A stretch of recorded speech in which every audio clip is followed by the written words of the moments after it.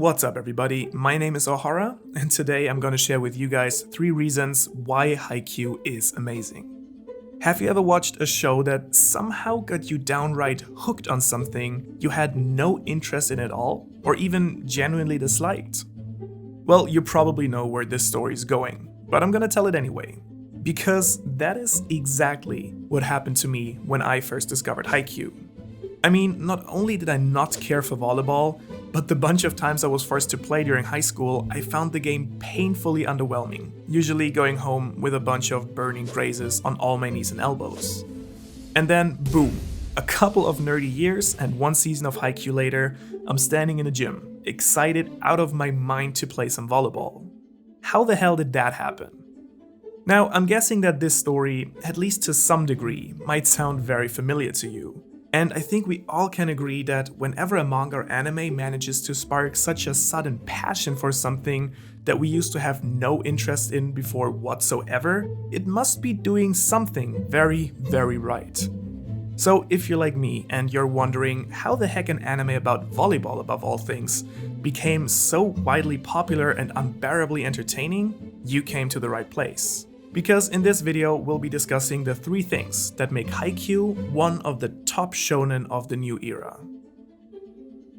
I would say, compared to your average shounen anime, Haikyuu does most things pretty well that a decent shounen needs, like having an appealing art style, or having adequate pacing. With all of these things, Haruichi Furadate, the author of Haikyuu, does a pretty damn good job overall.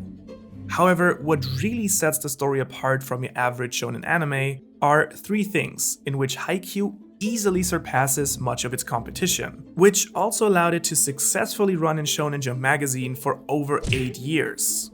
These 3 things are the spot-on use of a completely polarizing protagonist duo, its perfectly crafted story structure, and finally, the immense amount of realism and research that Haruichi has put into his work to make the story feel as incredibly convincing and intriguing as it is. So let's start by taking a closer look at the 2 heroes of our story. First of all, before we get into the 2 protagonists, I want to mention that I believe Haikyuu has a very strong character setup in general. Over the course of the story, we increasingly meet new teams with new characters and philosophies. And somehow, most, if not all of them, are immensely well developed and easy to connect with.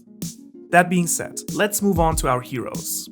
The main characters in Haikyuu are the small but hardworking Hinata Shoyo, as well as the talented but socially awkward Kageyama Tobio. Strictly speaking, the story focuses more on Hinata, as he follows the road of the typical shonen hero. However, Kageyama comes very close in importance and enjoys a similar amount of screen time. What makes this quite unlikely duo such a fantastic premise for the story, however, is exactly that. They are the exact opposite of each other. Hinata is incredibly charismatic and easily forms relationships with teammates and opponents alike. His biggest weakness are his lack in height, as well as his inexperience that he has to overcome through hard work and training. Kageyama, on the other hand, has been blessed with immense talent and instinct for the sport, and is one of the most promising young prodigies in the country. However, he lacks basic social skills that isolate him from his teammates. As a result, Hinata and Kageyama have completely opposing character arcs, where one has to become better and stronger on the court, while the other has to become a better person and learn how to form real friendships. 2 very popular themes of shonen that Haruichi splits into 2 characters here. What both have in common, however, is their strong will to fight and work hard in order to grow. So, in essence, Haikyuu is about these 2 ambitious young men with opposing strengths and weaknesses that strive to become the best volleyball players in the country by learning from each other and growing together. One striving to become stronger, and one to become a better person. The lesson here is that one can't be successful without the other, and this makes both of them immensely easy to identify with and makes us want to see both of them succeed. Now, the next thing we have to talk about is Haikyuu's crazily perfected story structure. One of the most important criteria for a great shonen story, at least according to Hirohiko Araki, the author of JoJo's, is that the protagonists are always rising, and, yeah, you guessed it, rising again. But the reason why an always rising arc is so important is that we always want to see the character keep progressing further. Even if he has his setbacks and low points, the overall development always points upwards, towards being a bit better than the last chapter. To better visualize this point, imagine a manga where the hero is weak and friendless at the beginning. Nothing too uncommon, right? However, if he never gets any better, no matter how hard he tries, it would be kinda depressing to keep watching this person's eternal struggle, right? No. What we want to see in shounen is how our heroes succeed and grow, and finally manage to beat that one annoyingly arrogant guy. There always is an annoyingly arrogant guy. As you might have guessed, Haikyuu has brought this always rising structure to absolute perfection.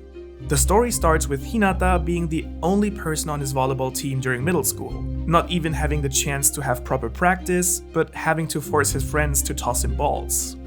From there, the story progresses, from finally joining Karasuno High, the former school of his idol, over playing at the Inter High, then the Spring High, all the way to the Tokyo Nationals. Despite having to face progressively harder challenges along the way, our heroes prevail in the end and keep fighting and growing. This gives the entire series a sense of continuous positive motion that we all want to be a part of.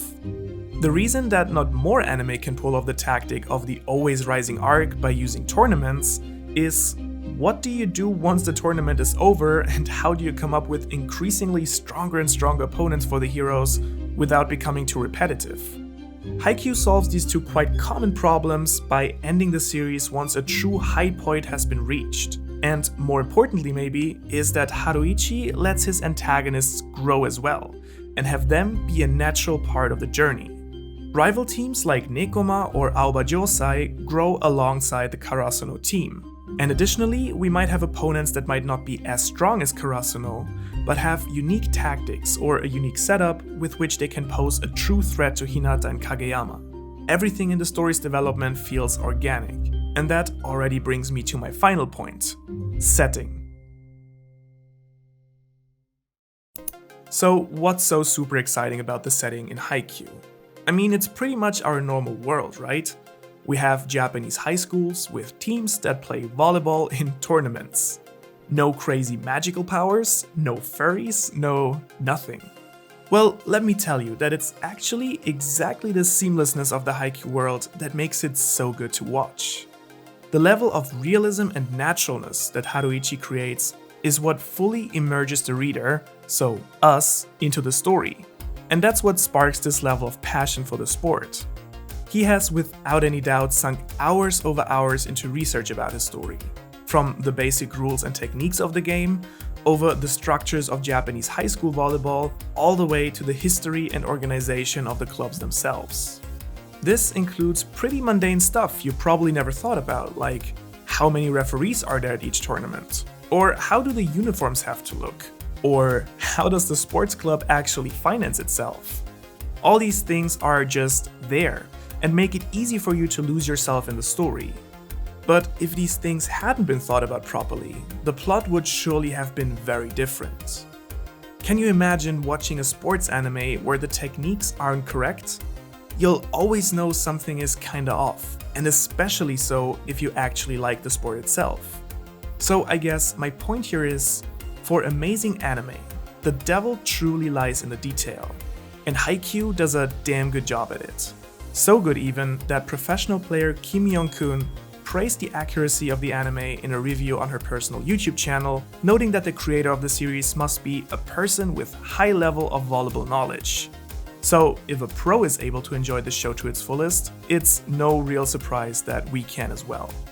So to recap, what makes Haikyuu stand out among so many other shonen anime today? It has an incredibly intriguing and fun protagonist duo. It has a constantly rising story structure in which we see Hinata, Kageyama, and really almost everyone else in the show work incredibly hard to become better players and better people, which, let's face it, is just ridiculously entertaining to watch. And finally, the story world is researched and created in so much detail and with so much dedication that it's really hard not to become involved in it. These three extraordinarily well executed things are what make Haikyuu a true top shonen of the new era. And goddamn, now I really want to go out and play, but you know, you can't. So that's it for today, guys. Let me know what you think about Haikyuu and what other shows I should talk about on this channel. If you enjoyed this video, leave me a thumbs up, and if you want to hear more of me overanalyzing anime and manga, make sure to hit that subscribe button with the little bell. I hope to see you around next time, and until then, have a wonderful week.